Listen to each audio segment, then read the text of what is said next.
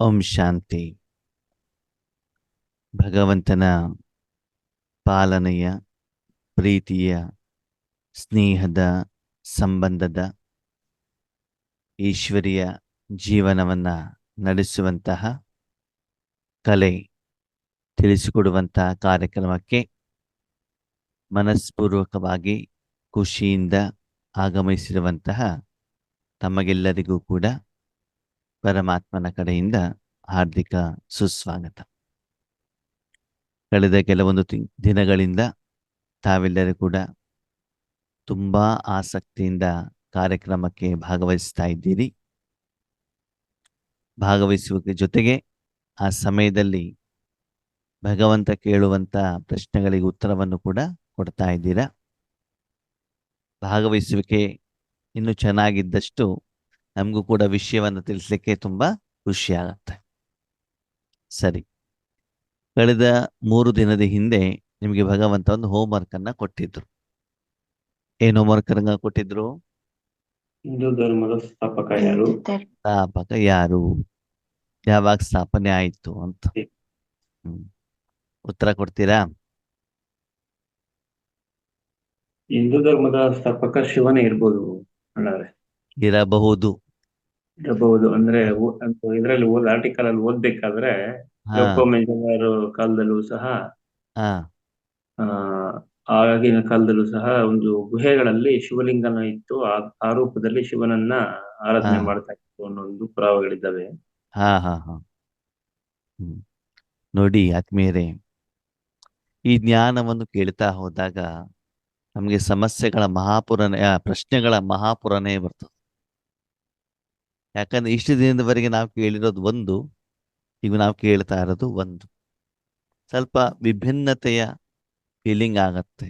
ಯಾಕಂದ್ರೆ ಸಂಪೂರ್ಣವಾಗಿ ಜ್ಞಾನ ಕೇಳಿ ಮುಗಿಯೋವರೆಗೂ ಪ್ರಶ್ನೆಗಳ ಮಹಾಪುರ ಬರ್ತವೆ. ಆದ್ರೆ ನಿಧಾನ ಹೋಗ್ತಾ ಹೋಗ್ತಾ ಹೋದಾಗ ಆ ಪ್ರಶ್ನೆಗಳಿಗೆ ಉತ್ತರ ಕೊಡುವಂತ ಪ್ರಯತ್ನವನ್ನ ಭಗವಂತ ಮಾಡ್ತಾ ಹೋಗ್ತಾರೆ. ಓಕೆ, ಸರಿ. ಮತ್ತೆ ಯಾರಾದ್ರೂ ಉತ್ತರ ಕೊಡ್ತೀರಾ? ಹಿಂದೂ ಧರ್ಮ ಯಾವಾಗ ಸ್ಥಾಪನೆ ಮಾಡಿದ್ದು, ಯಾರು ಸ್ಥಾಪನೆ ಮಾಡಿರೋದು ಅಂತ? ಗಾಯತ್ರಕ್ಕ 1 ನಿಮಿಷ, ನೀವು ಬೇಡ, ಬೇರೆಯವ್ರು. ಬೇರೆ ಯಾರಾದ್ರೂ ಉತ್ತರ ಕೊಡ್ತೀರಾ? ಹಿಂದೂ ಧರ್ಮ ಆದಿ ಸನಾತನ ಧರ್ಮ 5,000 ವರ್ಷಗಳ ಹಿಂದಲೂ ಇದೆ ಅಂತ ಅನ್ಬಿಟ್ಟಿದೆ ಅಷ್ಟೇ. ಅದ್ರ ಸ್ಥಾಪಕರು ಯಾರು ಅಂತ ಎಲ್ಲೂ ಹೇಳಿಲ್ಲ. ಸರಿ. ಮತ್ತೆ ಬೇರೆ ಬೇರೆ ಯಾರಾದ್ರೂ ಹೇಳ್ತೀರಾ?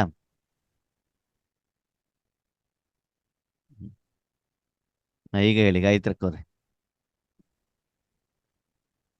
ಹಿಂದೂ ಧರ್ಮ ಅನ್ನೋದೇ ಇಲ್ಲ.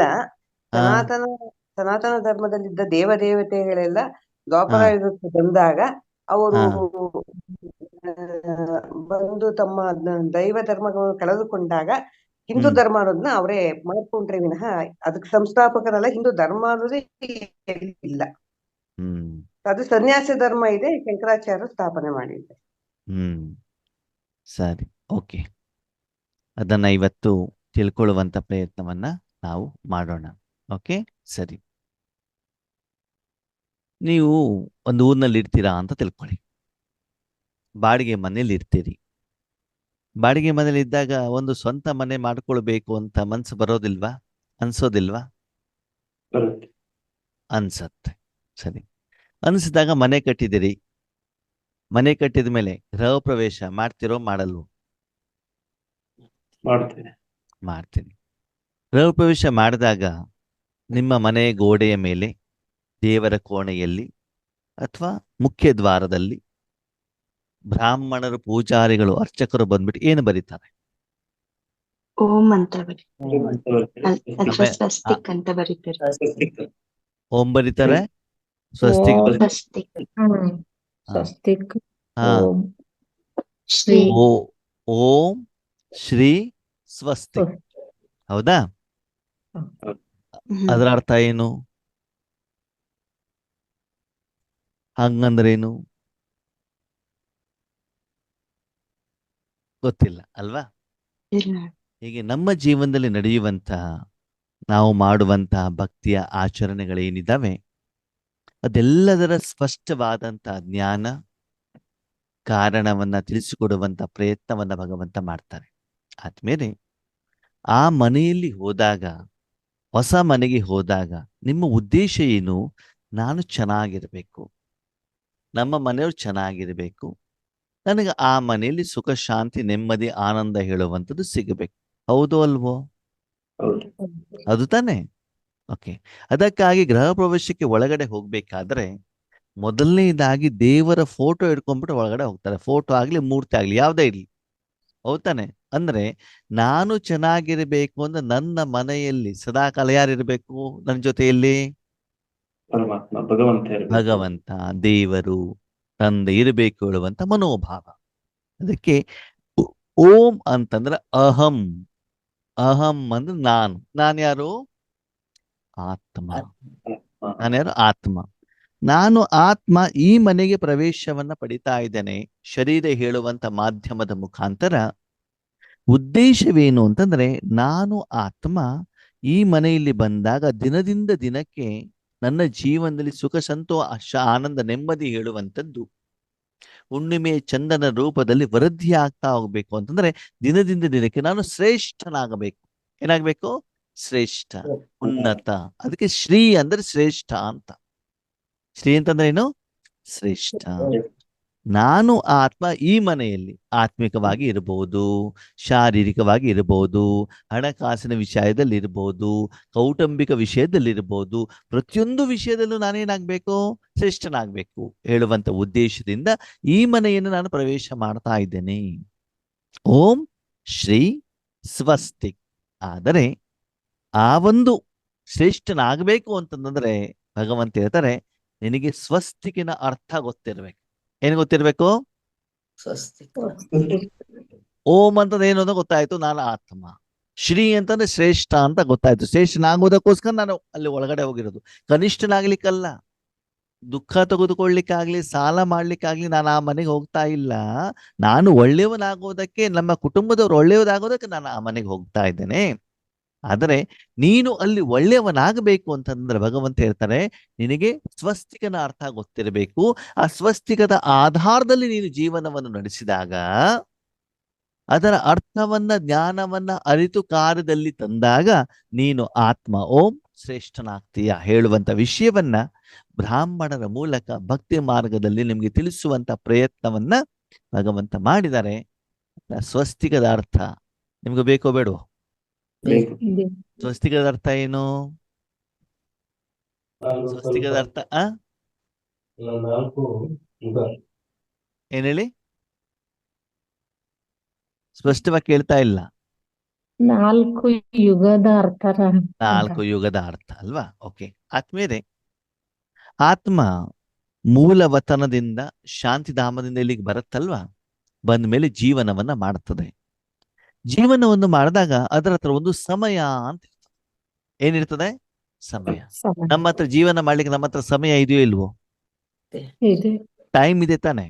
ಹೇಗೆ ಆತ್ಮನ ಜೊತೆಗೆ ತನು, ಮನ, ಧನ ಇದೆ. ಆ ಸಾಧನ ಜೊತೆಗೆ ನನಗೆ ಜೀವನವನ್ನ ಮಾಡ್ಲಿಕ್ಕೆ ನನ್ನ ಸಮಯನೂ ಕೂಡ ಇದೆ. ಓಕೆ, ಸರಿ.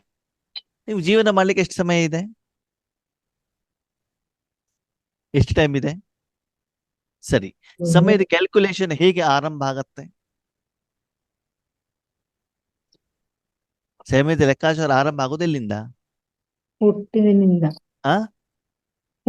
ಹುಟ್ಟಿರ್ತಾರಲ್ಲ ಓಕೆ, ಅದು ಆಯುಸ್ಸು ಅಂತ ಹೇಳ್ತಾರೆ. ಹುಟ್ಟಿದಿಂದ ಏನಾಗುತ್ತೆ ಅದಕ್ಕೆ ಆಯುಸ್ಸು ಅಂತ ಹೇಳ್ತಾರೆ. ನಾನು ಕೇಳಿದ್ದೇನು, ಸಮಯದ ಆರಂಭ ಆಗೋದು ಹೇಗಿದೆ ಹೇಳ್ತೇನೆ ಕೇಳಿ. ಏನ್ ಹೇಳಿ? ಬೆಳಗ್ಗೆನೆ. ಓಕೆ ಓಕೆ, ನೀವ್ ಹೇಳಿದ ಉತ್ತರನೂ ಸರಿ ಇದೆ. ನಾನು ಕೇಳುವಂತ ಉದ್ದೇಶ ಬೇರೆ ಇತ್ತು. ಸಮಯವನ್ನು ನಾವು ಕ್ಯಾಲ್ಕುಲೇಷನ್ ಆರಂಭ ಮಾಡೋದು ಸೆಕೆಂಡ್ ಇಂದ. ಎಲ್ಲಿಂದ ಹೇಳಿ?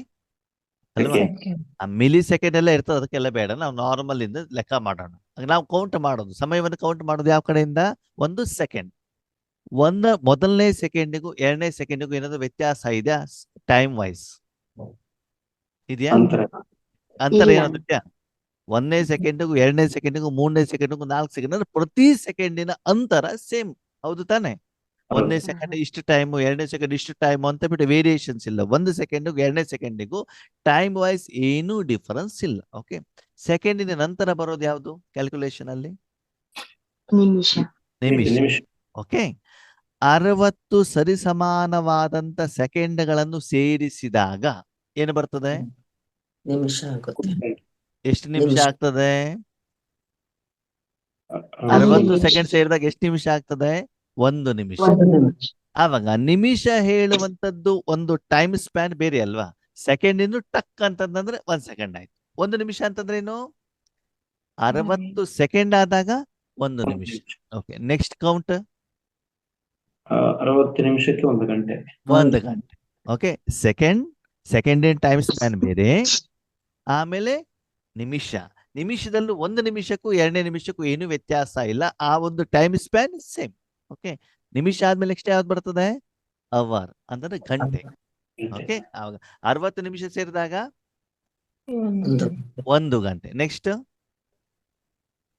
2 ಅಲ್ಲ, ಗಂಟೆ ಆದ್ಮೇಲೆ ನೆಕ್ಸ್ಟ್ ಕ್ಯಾಲ್ಕುಲೇಷನ್ ಹೇಳಿ. ದಿನ ನೆಕ್ಸ್ಟ್ ಯಾವ್ದು? ಗಂಟೆ. ಅದರ ಮೊದಲು ಅರ್ಧ ದಿನ, 12 ಲೆಕ್ಕ ಮಾಡ್ತೀವಲ್ಲ, ಅರ್ಧ 12 ಗಂಟೆ ದಿನ, 12 ಗಂಟೆ ರಾತ್ರಿ, 2 ಭಾಗ ಮಾಡ್ತೀವಲ್ವಾ ನಾವು? ಹೌದು ತಾನೆ? ಓಕೆ, ಈಗ ಸೆಕೆಂಡ್, ನಿಮಿಷ, ಗಂಟೆ. ಗಂಟೆ ಆದ್ಮೇಲೆ ಅರ್ಧ ದಿನ, ಅರ್ಧ ದಿನ ಆದ್ಮೇಲೆ 1 ದಿನ. 2 ಅರ್ಧ ದಿನ ಸೇರಿಬಿಟ್ಟು 1 ದಿನ. 1 ದಿನ ಆದ ಎಷ್ಟು ಗಂಟೆ? 14 ಗಂಟೆ. ಗಂಟೆ. ದಿನ ಆದ್ಮೇಲೆ ನೆಕ್ಸ್ಟ್ ಕ್ಯಾಲ್ಕುಲೇಷನ್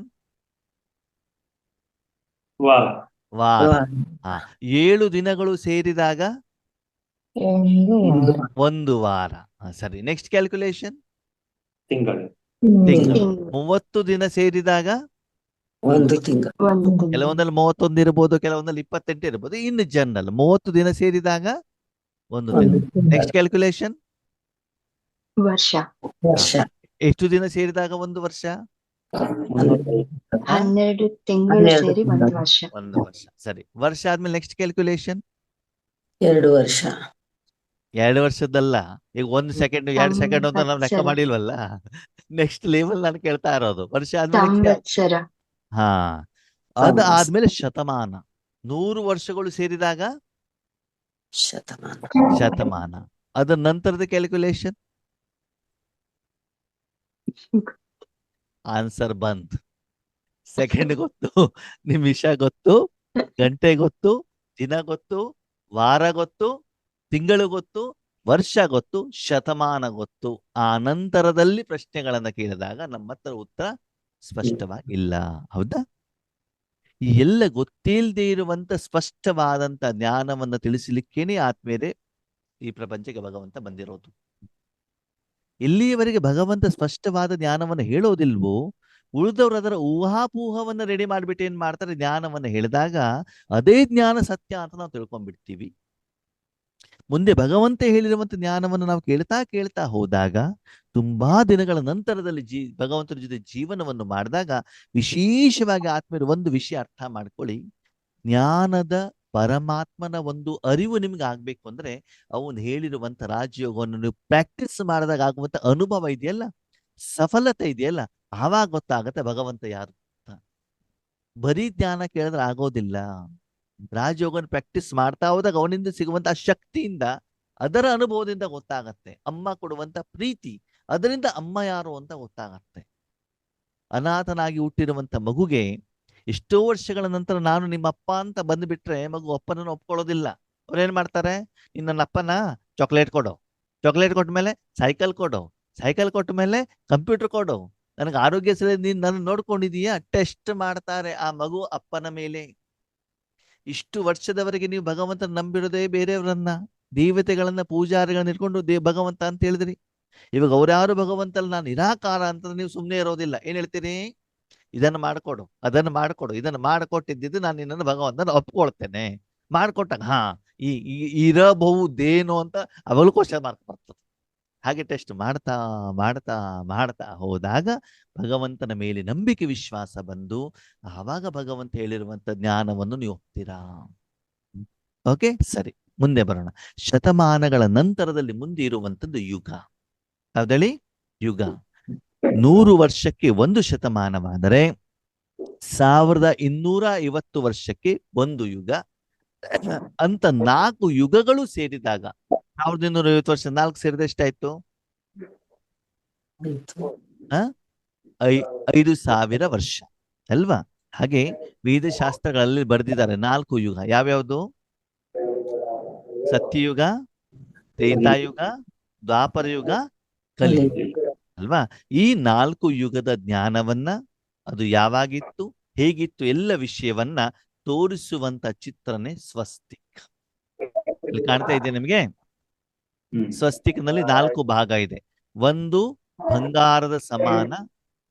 ಇಲ್ಲಿ ಸೌಂಡ್ ಬರ್ತಾ ಇದೆ ನೋಡಿ, ಎಲ್ಲೋ ಮಾತಾಡ್ತಿದ್ದಾರೆ ಯಾರ್ದೋ ಮನೆಯಲ್ಲಿ, ಮ್ಯೂಟ್ ಮಾಡಿರುವಲ್ಲಿ. ಎಲ್ಲಿ? ಸುಶೀಲಮ್ಮ. ಓಕೆ, ಇಲ್ಲಿ ಫಸ್ಟಿಗೆ ತೋರಿಸಿದ್ದಾರೆ ಸತ್ಯುಗ ಬಂಗಾರದ ಯುಗ, ತ್ರೇತಾಯುಗ ಬೆಳ್ಳಿಯ ಯುಗ, ದ್ವಾಪರ ಯುಗ ತಾಮ್ರದ ಯುಗ, ಇದು ಕಲಿಯುಗ ಕಬ್ಬಿಣದ ಯುಗ. ಈ 4 ಯುಗವನ್ನ ಅರ್ಧ ಭಾಗ ಮಾಡಿದಾಗ ಎಷ್ಟು ಭಾಗ? ಈಗ 24 ಗಂಟೆಯನ್ನ ಅರ್ಧ ಭಾಗ ಮಾಡಿದಾಗ ಎಷ್ಟಾಗ್ತದೆ? 12. ಆ 12 ಗಂಟೆಯಲ್ಲಿ 12 ಗಂಟೆ ಹಗಲು, 12 ಗಂಟೆ ರಾತ್ರಿ. 12 ಗಂಟೆ ಹಗಲು ಯಾಕೆ ಅಂತಂದ್ರೆ ಅಲ್ಲಿ ಸೂರ್ಯ ಇದ್ದಾನೆ, 12 ಗಂಟೆ ರಾತ್ರಿ ಯಾಕೆ ಅಂದ್ರೆ ಅಲ್ಲಿ ಸೂರ್ಯ ಇಲ್ಲ. ಹಾಗೆ ಈ 5,000 ವರ್ಷವನ್ನ ಆದ್ಮೇಲೆ 2 ಭಾಗ ಮಾಡಿದಾಗ ಮೊದಲನೇ ಸತ್ಯುಗ ಮತ್ತು ತ್ರೇತಾಯುಗ ಇದು ಹಗಲು ಸ್ವರ್ಗ ಅಂತ ಹೇಳ್ತಾರೆ. ಓಕೆನಾ? ಆಮೇಲಿನ 2 ಯುಗ ಇದೆಯಲ್ಲ, ದ್ವಾಪರ ಕಲಿಯುಗ, ಇದಕ್ಕೆ ರಾತ್ರಿ ಅಂತ ಹೇಳ್ತಾರೆ. ಬ್ರಹ್ಮನ ರಾತ್ರಿ ಅಂತ ಹೇಳ್ತಾರೆ, ಬ್ರಹ್ಮನ ಹಗಲು ಅಂತ ಹೇಳ್ತಾರೆ. ಇದು ಸ್ವರ್ಗ, ಇದು ನರಕ. ಓಕೆ, ಸರಿ. ಇಲ್ಲಿ ಏನಾಗತ್ತೆ, ಆರಂಭದಲ್ಲಿ ಇಲ್ಲೇನು ಬಂಗಾರದ ಯುಗವನ್ನ ತೋರಿಸಿದ್ದಾರೆ. ಈ ಸತ್ಯಯುಗವನ್ನ, ಸತ್ಯಯುಗ ಅಂತಂದ್ರೆ ಏನು, ಸ್ವರ್ಗ ಅಂತಂದ್ರೆ ಏನು, ಅದರ ಮೊದಲು ತಿಳ್ಕೊಳ್ಳೋಣ. ಸತ್ಯಯುಗ ಅಂತಂದ್ರೆ ಏನು? ಓಕೆ, ಸತ್ಯ ಯಾವುದು? ಆತ್ಮ ಸತ್ಯನೋ ಶರೀರ ಸತ್ಯನೋ? ಅಲ್ವಾ? ಸತ್ಯಯುಗ ಅಂತಂದ್ರೆ ಅಲ್ಲಿ ಯಾವಾಗ್ಲೂ ಸುಖ, ಆನಂದ, ಪ್ರೀತಿ, ಸ್ನೇಹ, ಸಂಬಂಧ ಇರ್ತದೆ. ಅಲ್ಲಿ ಜಗಳಗಳು, ಗಲಾಟೆಗಳು, ಭಿನ್ನಾಭಿಪ್ರಾಯಗಳು ಏನು ಇರೋದಿಲ್ಲ. ಏಕಮತ ಇರ್ತದೆ, ಒಂದೇ ಧರ್ಮ ಇರ್ತದೆ, ಒಂದೇ ಭಾಷೆ ಇರ್ತದೆ, ಒಂದೇ ದೇಶ ಇರತ್ತೆ, ಒಂದೇ ರಾಜ್ಯ ಇರ್ತದೆ, ಒಂದೇ ರಾಜನಿರ್ತಾನೆ, ಎಲ್ಲ ಒಂದೇ. ಆದ್ಮೇಲೆ ಎಲ್ಲಾ ಒಂದೇ ಇದ್ದಾಗ ಅದಕ್ಕೆ ಹೆಸರು ಕೊಡಬೇಕು ಕೊಡಬಾರದು? ಬೇಕಾಗಿದ್ಯಾ? ಒಂದೇ ಇದ್ದಾಗ ಹೆಸರು ಕೊಡೋ ಅವಶ್ಯಕತೆ ಇದೆಯಾ? ಬೇಕಾಗಿಲ್ಲ. ಒಂದರಿಗಿಂತ ಹೆಚ್ಚಿಗೆ ಇದ್ದಾಗ ಬೇರೆ ಬೇರೆ ಅದನ್ನು ಗುರುತಿಸ್ಲಿಕ್ಕೆ ಏನ್ ಮಾಡ್ಬೇಕಾಗತ್ತೆ? ಐಡೆಂಟಿಫಿಕೇಶನ್ಗೆ ನಾವು ಹೆಸರನ್ನ ಕೊಡಬೇಕಾಗ್ತದೆ. ಈಗ ಅನೇಕ ಧರ್ಮಗಳಿದ್ದಾವೆ. ಧರ್ಮ ಅಂತಂದ್ರೆ ಧಾರಣೆ. ಹೇಗೆ ಮಾನಸಿಕವಾಗಿ ಏನು ಧಾರಣೆ ಮಾಡಬೇಕು, ಶಾರೀರಿಕವಾಗಿ ಏನು ಧಾರಣೆ ಮಾಡಬೇಕು, ಧರಿಸಬೇಕು, ಏನೇನು ಧಾರಣೆ ಮಾಡಬೇಕು ಅಂತ ಭಗವಂತ ನಮ್ಗೆ ತಿಳಿಸಿಕೊಡ್ತಾರೆ.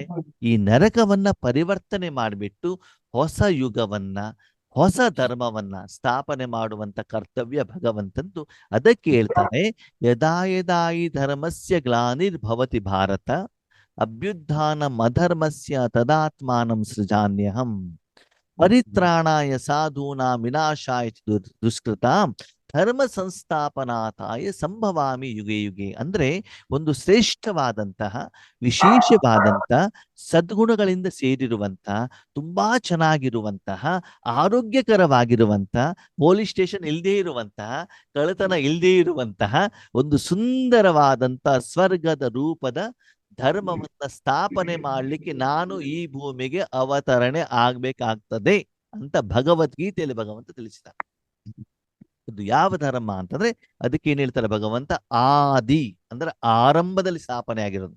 ಯಾವ್ದದು? ಆದಿ ಸನಾತನ ದೇವಿ ದೇವತಾ ಧರ್ಮ. ಯಾವ ಧರ್ಮ ಅಂತ ಇದು? ಆದಿ ಸನಾತನ ದೇವಿ ದೇವತಾ. ಅಂದ್ರೆ ಅಲ್ಲಿರುವಂತ ಆತ್ಮಗಳು ಏನು ಮಾಡ್ತಾ ಇದ್ರು ಗೊತ್ತಾ? ಭಗವಂತನಿಂದ ಈಗ ಶಕ್ತಿಯನ್ನ ಪಡ್ಕೊಂಡು ವರ್ತಮಾನ ಸಮಯದಲ್ಲಿ ಭಗವಂತ ಬಂದಾಗ ಬ್ಯಾಟ್ರಿ ಚಾರ್ಜ್ ಮಾಡ್ಕೊಂಡ್ಬಿಟ್ಟು ಆವಾಗ ಬ್ಯಾಟ್ರಿಯ ಶಕ್ತಿಯನ್ನ ಕೊಡ್ತಾ ಇದ್ರು. ಇವತ್ತು ನಾವು ನೋಡ್ತಾ ಇದ್ದೀವಿ, ನಮ್ಮ ಮನೆಗಳಲ್ಲಿ ಸೋಲಾರ್ ಸಿಸ್ಟಮ್ ಅನ್ನ ಹಾಕಿದಾಗ, ಸೂರ್ಯನಿದ್ದಾಗ ಆ ಸೋಲಾರ್ ಸಿಸ್ಟಮ್ ಏನ್ ಮಾಡುತ್ತೆ? ಸೂರ್ಯನಿಂದ ಪ್ರಕಾಶವನ್ನ ಎಳ್ಕೊಳತ್ತೆ. ಎಳ್ಕೊಂಡ್ಬಿಟ್ಟು ಎಲ್ಲಿರ್ತದೆ ಅದು ಶಕ್ತಿ? ಎಲ್ಲಿರ್ತದೆ ಕಿರಣಣ್ಣವ್ರೆ? ಬ್ಯಾಟ್ರಿಯಲ್ಲಿ ಇರ್ತದೆ. ಎಲ್ಲಿರ್ತದೆ? ಸ್ಟೋರೇಜ್ ಬ್ಯಾಟ್ರಿಯಲ್ಲಿ ಇರ್ತದೆ ಅಲ್ವಾ? ಯಾವಾಗ ರಾತ್ರಿ ಆಗತ್ತೋ, ಯಾವಾಗ ಬೆಳಕಿನ ಅವಶ್ಯಕತೆ ಇರ್ತದೋ, ಯಾವಾಗ ಸೂರ್ಯ ಇರೋದಿಲ್ವೋ, ಅವಾಗ ಆ ಬ್ಯಾಟ್ರಿಯಿಂದ ನಾವು ಆ ಪ್ರಕಾಶವನ್ನ ಏನ್ ಮಾಡ್ತೀವಿ? ಬಲ್ಬಿನ ಮೂಲಕ ಮನೆ ಒಳಗಡೆ ತಗೊಳ್ತೀವಿ. ಹೌದಾ? ಹಾಗೆ ಇವತ್ತು ಭಗವಂತ ಬಂದಾಗ ನಮ್ಮ ಮನಸ್ಸನ್ನ ಪರಮಾತ್ಮನಲ್ಲಿ ಇಡೋದರ ಮೂಲಕ ಪರಮಾತ್ಮನಿಂದ ಆ ಶಕ್ತಿಯನ್ನು ಈ ಒಂದು ಜನ್ಮದಲ್ಲಿ ಚಾರ್ಜ್ ಮಾಡ್ಕೊಳ್ತೀವಿ. ಏನ್ ಮಾಡ್ಕೊಳ್ತೀವಿ? ಚಾರ್ಜ್. ಓಕೆ. ಸೂರ್ಯನಲ್ಲಿ ಏನಿದೆ? ಪ್ರಕಾಶ ಇದೆ. ಬ್ಯಾಟ್ರಿಯಲ್ಲಿ ಏನು ಸ್ಟೋರೇಜ್ ಆಗತ್ತೆ? ಆ ಎನರ್ಜಿ ಸ್ಟೋರೇಜ್ ಆಗತ್ತೆ. ಅವಾಗ ರಾತ್ರಿ ಸಮಯದಲ್ಲಿ ಏನ್ ಬರ್ತದೆ? ಅದೇ ಪ್ರಕಾಶ ಬಲ್ಬಿನ ಮೂಲಕ ಬರ್ತದೆ. ಹೌದಾ? ಭಗವಂತನಲ್ಲಿ ಏನಿದೆ? ಶಾಂತಿ, ಸುಖ, ಸಂತೋಷ, ಆನಂದ, ನೆಮ್ಮದಿ, ಪ್ರೀತಿ, ಶಕ್ತಿ, ಪವಿತ್ರತೆ. ಈಗ ನಾವು ನಮ್ಮ ಮನಸ್ಸು ಬುದ್ಧಿಯನ್ನು ರಾಜಯೋಗದ ಮೂಲಕ ಪರಮಾತ್ಮನಲ್ಲಿ ಇಟ್ಟಾಗ ಆತ್ಮದಲ್ಲೂ ಕೂಡ ಅದೇ ಚಾರ್ಜ್ ಆಗ್ತಾ ಇರ್ತದೆ.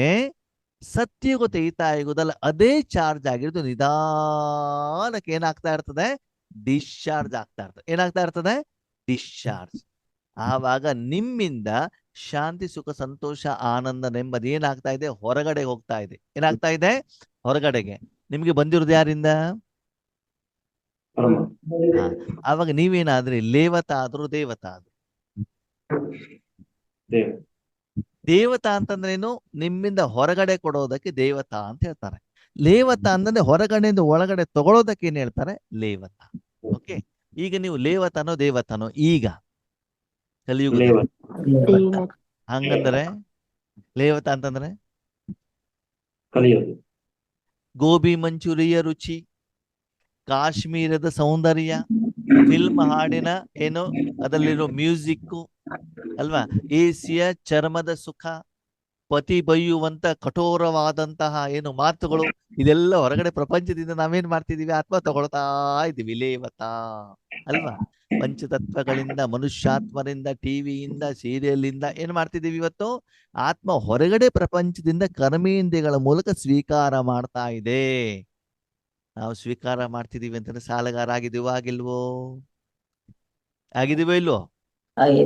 ಸೂರ್ಯನ ಪ್ರಕಾಶ ತಗೊಳ್ತಾ ಇದ್ದೀರಿ, ವಾಪಸ್ ಕೊಟ್ಟಿದ್ದೀರಿ. ಪಂಚತತ್ವದಿಂದ ನೀರು ತಗೊಂಡಿದ್ದೀರಿ, ವಾಪಸ್ ಕೊಟ್ಟಿದ್ದೀರಿ. ಪಂಚತತ್ವಗಳಿಂದ ತರಕಾರಿ ತಗೊಂಡಿದ್ದೀರಾ, ದಿನಸಿ, ಅಕ್ಕಿ, ಬೇಳೆ, ರಾಗಿ ಎಲ್ಲ ತಗೊಂಡಿದ್ದೀರಿ. ಅಣ್ಣವ್ರೆ ದುಡ್ಡು ಕೊಟ್ಟಿಲ್ವಾ? ದುಡ್ಡು ಕೊಟ್ಟಿದ್ದೀವಿ ರೈತನಿಗೆ. ಪಂಚತತ್ವಕ್ಕೆ ಏನ್ ಕೊಟ್ಟಿದ್ದೀರಿ? ಗಾಳಿಗೆ ಏನ್ ಕೊಟ್ಟಿದ್ದೀರಾ? ಭೂಮಿಗೆ ಏನ್ ಕೊಟ್ಟಿದ್ದೀರಾ? ಅಷ್ಟು ಚೆನ್ನಾಗಿರುವಂತ ಭೂಮಿ ಇದನ್ನ ಕೊಟ್ಟಾಗ ನೀವು ಅದಕ್ಕೆ ಹೋಗ್ಬಿಟ್ಟು ಕೆಮಿಕಲ್ ಏನ್ ಮಾಡ್ತೀರಾ? ಗೊಬ್ಬರ ಹಾಕ್ಬಿಟ್ಟು ಇನ್ನೂ ಹಾಳು ಮಾಡ್ತಿದ್ದೀರಾ, ಅದಕ್ಕೆ ಎಸಿಡ್ ಹಾಕ್ತಾ ಇದ್ದೀರಾ, ಕೆಮಿಕಲ್ ಹಾಕ್ತಿದ್ದೀರಾ. ಹಾಕಿರೋದು ಯಾರು? ಯಾರು ಹಾಕಿರೋದು?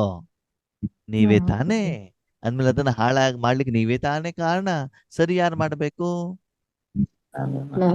ನಾಳೆಗೆ ರುಚಿ ಇದೆ ಅಂತ ಜಿಲೇಬಿ ತಿಂದವ್ರು ಯಾರು? ಹೊಟ್ಟೆ ನೋವು ಬರೋದು ಯಾರಿಗೆ? ಮಾತ್ರ ಯೋಗೇಶ್ ಅಣ್ಣ ತಗೊಳ್ಬೇಕಲ್ವಾ? ನಾಲಿಗೆಯಿಂದ ಸಿಹಿಯಾಗಿರುವಂತ ಗುಲಾಬ್ ಜಾಮೂನು ಜಿಲೇಬಿ ತಿಂದಾಗ ಅದನ್ನು ಸರಿ ಮಾಡ್ಲಿಕ್ಕೆ ಕಹಿ ಆಗಿರುವಂತ ಮಾತ್ರೆಯನ್ನ ಏನ್ ಮಾಡ್ಬೇಕು? ತಗೊಳ್ಬೇಕು. ಇಲ್ಲ ನಾನು ಮಾತ್ರೆ ತಗೊಳ್ಳೋದಿಲ್ಲ. ಸರಿ, ನಾಲ್ಗೆಯಿಂದ ತಗೊಳ್ಳಿಲ್ಲ ಅಂತ ಕೈಯಿಂದ ಇಂಜೆಕ್ಷನ್ ತಗೊಂಡು ನೋವನ್ನು ಅನುಭವಿಸಿ, ಆವಾಗ್ಲೇನೆ ಗುಣ ಆಗತ್ತ. ಇಲ್ಲಾಂದ್ರೆ ನೋವು ಅನುಭವಿಸ್ಬೇಕಾಗತ್ತೆ ಆತ್ಮೀಯರೇ. ಅಂದ್ರೆ ಈ ಪ್ರಪಂಚ ಹಾಳಾಗ್ಲಿಕ್ಕೆ ನಾನು ಕಾರಣ ಅಂತಂದ ಮೇಲೆ ಇದನ್ನು ಶುದ್ಧ ಮಾಡುವಂತ ಜವಾಬ್ದಾರಿನೂ ನನ್ನೇನೆ. ನಾನು ಬಟ್ಟೆ ಹಾಕೊಡ್ದೇನೆ ನನ್ನ ಬಟ್ಟೆ ಗಲೀಜ್ ಆಗಿದೆ ಅಂತಂದ್ರೆ ಯಾರು ತೊಳಿಬೇಕು? ನಾನೇ ತಾನೇ ತೊಳಿಬೇಕು. ಕಿರಣ್ ಅಣ್ಣವ್ರು ಹೇಳ್ತಾರೆ, ಇಲ್ಲ ಅಣ್ಣವ್ರೆ ನಾನ್ ತೊಳೆಯೋದಿಲ್ಲ, ನಮ್ಮ ಮನೆಯವ್ರು ತೊಳಿತಾರೆ.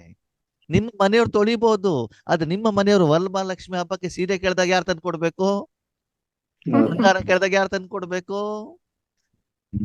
ತವ್ರ ಮನೆ ಹೋಗ್ತೀವಿ, ಒಂದು ದುಡ್ಡು ಯಾರು ಕೊಡಬೇಕು? ನೀವೇ ತಾನೇ ಕೊಡಬೇಕು. ಅವಾಗ ಏನ್ ಅರ್ಥ? ಏನು ಬಟ್ಟೆ ತೊಳೆದಿದಾರೋ ಅದಕ್ಕೆ ನೀವು ಈ ರೂಪದಲ್ಲಿ ಹಣವನ್ನ ಕೊಟ್ಬಿಟ್ಟು ಅಕೌಂಟ್ ಅನ್ನ ಏನ್ ಮಾಡಿದಿರಿ? ಸೆಟ್ಲ್ ಮಾಡಿದಿರಿ ಅಂತಾನೆ ಅರ್ಥ. ಅರ್ಥ ಆಯ್ತು ನಿಮಗೆ? ಅಂದ್ರೆ ನಾನು ಮಾಡಿರುವಂತ ಕರ್ಮದ ಫಲವನ್ನ ನಾನೇ ಅನುಭವಿಸ್ಬೇಕಾಗ್ತದೆ ಆತ್ಮೀಯರೇ. ಹೀಗೆ ಈ ಪ್ರಪಂಚ ಸ್ಥಾಪನೆ ಮಾಡುವಂತ ಸ್ವರ್ಗದಲ್ಲಿ, ಸತ್ಯುಗದಲ್ಲಿ ನಾನು ಇರಬೇಕು ಅಂತಂದ್ರೆ ಈಗ ನಾವು ರಾಜಯೋಗವನ್ನ ಮಾಡಿ ಪ್ರಪಂಚವನ್ನ ಪರಿವರ್ತನೆ ಮಾಡುವಂತ ಕಾಯಕದಲ್ಲಿ ಭಗವಂತನಿಗೆ ಯಾರು ಸಹಯೋಗಿಗಳಾಗ್ತಾರೋ ಅವರು ಮಾತ್ರ ಸ್ವರ್ಗಕ್ಕೆ ಹೋಗ್ಲಿಕ್ಕೆ ಏನಾಗ್ತಾರೆ? ಯೋಗ್ಯರಾಗ್ತಾರೆ. ಎಲ್ಲರೂ ಹೋಗ್ಲಿಕ್ಕೆ ಆಗೋದಿಲ್ಲ, ಅವರಿಗೆ ದೇವತೆಗಳು ಅಂತ ಹೇಳ್ತಾರೆ. 850 ಕೋಟಿ ಮನುಷ್ಯಾತ್ಮರಲ್ಲಿ 33 ಕೋಟಿ ಆತ್ಮಗಳಿಗೆ ಮಾತ್ರ ಆ ಅರ್ಹತೆ ಇರ್ತದೆ. ಗ್ಯಾರಂಟಿ ನೀವೆಲ್ಲ 33 ಕೋಟಿಯಲ್ಲಿ ಬಂದ್ಬಿಟ್ಟಿದ್ದೀರಿ. ಎಷ್ಟೆಲ್ಲ ಬಂದ್ಬಿಟ್ಟಿದ್ದೀರಿ? 33 ಕೋಟಿಯಲ್ಲಿ ಇಷ್ಟು ದಿನ ನೀವು ಜ್ಞಾನ ಕೇಳಿದ್ದೀರಿ ಅಂತಂದ್ರೆ ಆ 33 ಕೋಟಿಯಲ್ಲಿ ಬರುವಂತ ಆತ್ಮಗಳಿಗೆ ಮಾತ್ರ ಈ ಜ್ಞಾನ ಅರ್ಥ ಆಗತ್ತೆ, ಅವರು ಸ್ವೀಕಾರವನ್ನ ಮಾಡ್ತಾರೆ. 14 ದಿನದಿಂದ ನೀವು ಬರ್ತಾ ಇದ್ದೀರಿ ಅಂದ್ರೆ ಗ್ಯಾರಂಟಿ 33 ಕೋಟಿಯಲ್ಲಿ ಬಂದಿದ್ದೀರಿ. ಮುಂದೆ ಟಾರ್ಗೆಟ್ ಏನು ಅಂತಂದ್ರೆ 33 ಕೋಟಿ ಜನ ಯಾವಾಗ ಇರ್ತಾರೆ ಗೊತ್ತಾ? ಸತ್ಯುಗದ ಆರಂಭದಲ್ಲಿ. ಇವತ್ತೇನು 850 ಕೋಟಿ ಆತ್ಮರಿದ್ದಾರೆ, ಪ್ರಪಂಚ ಏನು ಇಷ್ಟು ದುಃಖದಲ್ಲಿದೆ, ಈ ಎಲ್ಲ ಪ್ರಪಂಚವನ್ನ ಭಗವಂತ ಏನ್ ಮಾಡ್ತಾರೆ, ಶುದ್ಧ ಮಾಡ್ತಾರೆ. ಏನ್ ಮಾಡ್ತಾರೆ? ಶುದ್ಧ ಮಾಡಿ ಸ್ವಚ್ಛ ಮಾಡಿ. ಹೇಗೆ ಸ್ವಚ್ಛವಾಗ್ತದೆ ಪ್ರಪಂಚ? ಒಂದು, ವಾಯುಮಂಡಲ ಮತ್ತು ವಾತಾವರಣ ಭಗವಂತನ ಶಕ್ತಿಯನ್ನ ನಾವೆಲ್ಲ ಆತ್ಮಗಳು ಮನಸ್ಸನ್ನ ಪರಮಾತ್ಮನಲ್ಲಿ ಇಟ್ಟಾಗ ಆ ಶಕ್ತಿಯ ಮೂಲಕ ಈ ಪ್ರಪಂಚ ಏನಾಗ್ತದೆ, ಶುದ್ಧವಾಗ್ತದೆ. ಹೆಂಗ್ ಶುದ್ಧವಾಗ್ತದೆ? ಭಗವಂತನ ಶಕ್ತಿಯಿಂದ ಶುದ್ಧವಾಗ್ತದೆ. ಅದಕ್ಕೆ ಸ್ವಗ್ರಹ, ಸ್ವರ್ಗ. ಸ್ವ ಅಂದ್ರೆ ಯಾರು? ಆತ್ಮ. ಆತ್ಮನ ಮನೇಲಿ ಏನಿರ್ಬೇಕು? ಶಾಂತಿ, ಸುಖ, ಸಂತೋಷ, ಆನಂದ, ನೆಮ್ಮದಿ ಇರಬೇಕು. ಅಲ್ಲಿ ಅದೆಲ್ಲ ಇರ್ತದೆ. ಯಾರು ಕೊಟ್ಟಿರ್ತಾರೆ ನನಗೆ? ನನ್ನ ತಂದೆ ಭಗವಂತ ಕೊಟ್ಟಿರ್ತಾರೆ. ಸರಿನಾ? ನಮ್ಮ ಮೂಲಕ ಪ್ರಪಂಚ ಶುದ್ಧವಾಗ್ತದೆ. ಆದರೆ ಸ್ಥೂಲವಾಗಿರುವಂತ ಭೂಮಿ ಪರಿವರ್ತನೆ ಆಗ್ಬೇಕು, ಬಿಲ್ಡಿಂಗ್ಗಳು ಚೇಂಜ್ ಆಗ್ಬೇಕು ಅನ್ನೋದು ಅದು ಹೆಂಗೆ ಚೇಂಜ್ ಆಗುತ್ತೆ ಅಂತ ಭಗವಂತ ಹೇಳ್ತಾನೆ. ಕಲಿಯುಗದ ಅಂತ್ಯದಲ್ಲಿ ಯುದ್ಧದ ಮೂಲಕ, ಪ್ರಕೃತಿ ವಿಕೋಪದ ಮೂಲಕ, ಕಾಯಿಲೆಗಳ ಮೂಲಕ ಇಲ್ಲಿರುವಂತ ಮನುಷ್ಯಾತ್ಮರು ಮತ್ತು ಪಂಚತತ್ವಗಳು ಶುದ್ಧವಾಗ್ತವೆ. ಯಾವಾಗ? ಕಲಿಯುಗದಲ್ಲಿ ಶುದ್ಧವಾಗಿ. ಹಳೆ ಬಿಲ್ಡಿಂಗ್ ಬಿದ್ದು ಏನ ಮಾಡ್ಬೇಕು? ಹೊಸ ಬಿಲ್ಡಿಂಗ್ ಕಟ್ಟಬೇಕು ಅಂತ ಹಳೆ ಬಿಲ್ಡಿಂಗ್ ಬೀಳಿಸ್ಬೇಕೋ ಬೇಡವೋ? ಈಗ ಹೇಳಿ ಆತ್ಮೇಲೆ, ವರ್ತಮಾನ ಸಮಯದಲ್ಲಿ ಪ್ರಪಂಚದಲ್ಲಿ ಇಷ್ಟೆಲ್ಲ ದುಃಖ ಇದೆಯಲ್ಲ, ಇದೇ ರೀತಿ ದುಃಖಗಳು ಇನ್ನೂ ಕಂಟಿನ್ಯೂ ಆಗ್ತಾ ಹೋದರೆ ಈ ಪ್ರಪಂಚದಲ್ಲಿ ನಾವು ವಾಸ ಮಾಡ್ಲಿಕ್ಕೆ ಸಾಧ್ಯನಾ? ಕಷ್ಟ. ಕಲಿಯುಗ ಇನ್ನು 40,000 ವರ್ಷ ಇದೆ ಅಂತ ಹೇಳ್ತಾರೆ. ನೀವು ಹುಟ್ಟಿದ್ರಿಂದ ಇಲ್ಲಿವರೆಗೆ ಪ್ರಪಂಚ ಇಷ್ಟು ಕೆಟ್ಟ ಹೋಗಿದೆ, ಇನ್ನೂ 40,000 ವರ್ಷದವರೆಗೆ ನಾವಿದ್ರೆ ನಮ್ಗೆ ತಿನ್ಲಿಕ್ಕೆ ಊಟ ಸಿಗತ್ತಾ? ಶಾಂತವಾಗಿ ಇರ್ಲಿಕ್ಕೆ ಸಾಧ್ಯನಾ? ಇಲ್ಲ ತಾನೆ. ಭಗವಂತ ಹೇಳ್ತೀವಿ, ಇನ್ನು ಸ್ವಲ್ಪ ಸಮಯದಲ್ಲಿ ಈ ಪ್ರಪಂಚ ಎಲ್ಲ ವಿನಾಶವಾಗತ್ತೆ. ಆ ವಿನಾಶ ಆಗುವ ಮೊದಲು ಹೊಸ ಬಿಲ್ಡಿಂಗ್ ರೆಡಿ ಆಗ್ಬೇಕು. ಏನ್ ರೆಡಿ ಆಗ್ಬೇಕು? ಸತ್ಯುಗ ತ್ರೇತಾಯುಗಕ್ಕೆ ಹೋಗುವಂತ ದೇವತೆಗಳು ರೆಡಿ ಆಗ್ಬೇಕು. ಅದನ್ನ ರೆಡಿ ಮಾಡುವಂತ ಕೆಲಸ ಭಗವಂತ ಈಶ್ವರೀಯ ವಿಶ್ವವಿದ್ಯಾಲಯದ ಮೂಲಕ ಮಾಡ್ತಾ ಇದ್ದಾರೆ. ಅದಕ್ಕಾಗಿ ಸತ್ಯಯುಗ ಅಂತಂದ್ರೆ ಇಲ್ಲಿ ಆತ್ಮಕ್ಕೆ ಬೇಕಾಗಿರುವಂತ ಸುಖ, ಸಂತೋಷ, ಆನಂದ, ನೆಮ್ಮದಿ ಇರುತ್ತೋ ಅದಕ್ಕೆ ಸತ್ಯಯುಗ ಅಂತ ಹೇಳ್ತಾರೆ. 850 ಕೋಟಿ ಆತ್ಮಗಳಿರುವಂತರು ಅವರೆಲ್ಲರೂ ಶರೀರವನ್ನ ತ್ಯಾಗ ಮಾಡಿ ಮನೆಗೆ ಹೋಗಿ ಸೇರ್ಕೊಳ್ತಾರೆ. ಎಲ್ಲಿಗೆ ಹೋಗಿ ಸೇರ್ಕೊಳ್ತಾರೆ? ಯಾವ ಮನೆಗೆ? ಆತ್ಮನ ಮನೆ ಪರಂಧಾಮಕ್ಕೆ ಹೋಗ್ಬಿಟ್ಟು ಸೇರ್ಕೊಳ್ತಾರೆ. ಓಕೆ, ಅಲ್ಲಿ ಸೇರಿದಾಗ ಸಂಪೂರ್ಣವಾಗಿ ಇಲ್ಲಿ ಸತ್ಯುಗ ಸ್ಟಾರ್ಟ್ ಆಗಿ ಒಂದೇ ಒಂದು ರಾಜ್ಯ, ಒಂದೇ ಭಾಷೆ, ಒಂದೇ ದೇಶ, ಒಂದೇ ಧರ್ಮ ಬಂದಾಗ ಆ ಮೊದಲನೇ ಸೆಕೆಂಡ್ ಅಲ್ಲಿ ಇಲ್ಲಿ 9 ಲಕ್ಷ ಜನ ಮನುಷ್ಯಾತ್ಮರು ಇರ್ತಾರೆ. ಎಷ್ಟು ಜನ ಇರ್ತಾರೆ? 9 ಲಕ್ಷ ಜನ ಇರ್ತಾರೆ. ಎಷ್ಟು ಜನ ಹೊರಟೋಗ್ತಾರೆ? 850 ಕೋಟಿ ಆತ್ಮಗಳು ಹೋಗ್ಬಿಟ್ಟು 9 ಲಕ್ಷ ಮಾತಾಡ್ತಾರೆ. ಯಾವಾಗ? ಸತ್ಯಯುಗದ ಆದಿಯಲ್ಲಿ. ಸತ್ಯಯುಗ ಮುಗಿತಾ ಬಂತು 1250 ವರ್ಷ. ಆವಾಗ ಮನುಷ್ಯಾತ್ಮರ ಸಂಖ್ಯೆ ಎಷ್ಟಾಗ್ತದೆ? 2 ಕೋಟಿ ಆಗ್ತದೆ. ಓಕೆ, ಅದ ಆದ ಮೇಲೆ ದ್ವಾಪರ ಯುಗದ ಆದಿ ಅಥವಾ ತ್ರೇತಾಯುಗದ ಅಂತ್ಯದಲ್ಲಿ 33 ಕೋಟಿ ಜನ ಆಗ್ತಾರೆ. ಎಷ್ಟು ಜನ ಆಗ್ತಾರೆ? 33 ಕೋಟಿ. ಅಂತಹ ಮಹಾನ್ ಆತ್ಮರನ್ನ ಇವತ್ತು ನಾವು ದೇವತೆಗಳು ಅಂತ ಹಿಂದೂ ಧರ್ಮದಲ್ಲಿ ಏನ್ ಮಾಡ್ತಾರೆ? ಪೂಜೆಯನ್ನ ಮಾಡ್ತಾರೆ. ಅಲ್ಲಿಯವರೆಗೆ ಒಂದೇ ಭಾಷೆ, ಒಂದೇ ದೇಶ, ಒಂದೇ ಧರ್ಮ ಇರೋದಕ್ಕೆ ಯಾರಿಗೂ ಏನು ಸಮಸ್ಯೆಗಳು, ಕಷ್ಟಗಳು, ತೊಂದರೆಗಳು ಏನು ಇರೋದಿಲ್ಲ. ಆವಾಗ ಯಾರು ದೇವರನ್ನ ನೆನಪೇ ಮಾಡೋದಿಲ್ಲ. ಯಾಕೆ ಹೇಳಿ? ಕಿರಣ್ ಅನ್ಮ್ಯೂಟ್ ಮಾಡ್ಕೊಳ್ಳಿ. ಯಾಕೆ ದೇವರನ್ನ ನೆನಪು ಮಾಡೋದಿಲ್ಲ? ಯಾಕಂದ್ರೆ ಕಷ್ಟನೇ ಇರೋದಿಲ್ಲ. ಸಂಕಟ ಬಂದಾಗ ವೆಂಕಟರಮಣ, ಕಷ್ಟ ಇದ್ದಾಗ ತಾನೇ ಭಗವಂತನನ್ನ ನೆನಪು ಮಾಡಬೇಕು. ಕಷ್ಟ ಇಲ್ಲದೇ ಇರುವಂತ ಕಾರಣದಲ್ಲಿ ದೇವರನ್ನ ಯಾರೂ ಕೂಡ ನೆನಪು ಮಾಡೋದಿಲ್ಲ. ಆ ನಂತರದಲ್ಲಿ ಯಾವಾಗ ದ್ವಾಪರ ಯುಗ ಸ್ಟಾರ್ಟ್ ಆಯ್ತೋ ಅವಾಗ ಏನಾಗತ್ತೆ ಅಂತ, ಈ ಒಂದು ಜನ್ಮದಲ್ಲಿ ನೀವು ಏನೇನು ಭಗವಂತನಿಂದ ಶಕ್ತಿ ಪಡ್ಕೊಂಡಿದ್ದೀರೋ, ಶಾಂತಿ, ಸುಖ, ಸಂತೋಷ, ಆನಂದ, ನೆಮ್ಮದಿ ಪಡ್ಕೊಂಡಿದ್ದೀರೋ ಅದೆಲ್ಲ ಖಾಲಿ ಆಗ್ಬಿಡ್ತದೆ. ಬ್ಯಾಟ್ರಿ ಏನಾಯ್ತು? 0 ಆಗ್ಬಿಡ್ತದೆ. ಏನಾಯ್ತು? 0, ಪುಟ್ ಇಟ್ ಡೌನ್. ದ್ವಾಪರ ಯುಗ ಯಾವಾಗ ಸ್ಟಾರ್ಟ್ ಆಯ್ತೋ ನಮ್ಗೆ ಸಂಪಾದನೆ ಮಾಡಿ ಗೊತ್ತೇ ಇಲ್ಲ. ಸಂಪಾದನೆ ಹೇಗೆ ಮಾಡಬೇಕು ಅಂತ ಗೊತ್ತಿಲ್ಲ. ಇಲ್ಲಿ ಆತ್ಮದ ಸಂಪಾದನೆ ಬಗ್ಗೆ ಭಗವಂತ ಮಾತಾಡ್ತಿರೋದು, ಶರೀರದ ಸಂಪಾದನೆ ಬಗ್ಗೆ ಅಲ್ಲ. ಆತ್ಮದ ಸಂಪಾದನೆ ಹೇಗೆ ಮಾಡ್ಬೇಕು ಅಂತ ಗೊತ್ತಿಲ್ಲದಿದ್ದಾಗ ಪ್ರಪಂಚದಿಂದ ಏನ್ ಮಾಡ್ತಾರೆ? ಸಾಲ ತಗೊಳ್ಳಿ ಸ್ಟಾರ್ಟ್ ಮಾಡ್ತಾರೆ. ಏನ್ ಮಾಡ್ತಾರೆ? ಸಾಲ.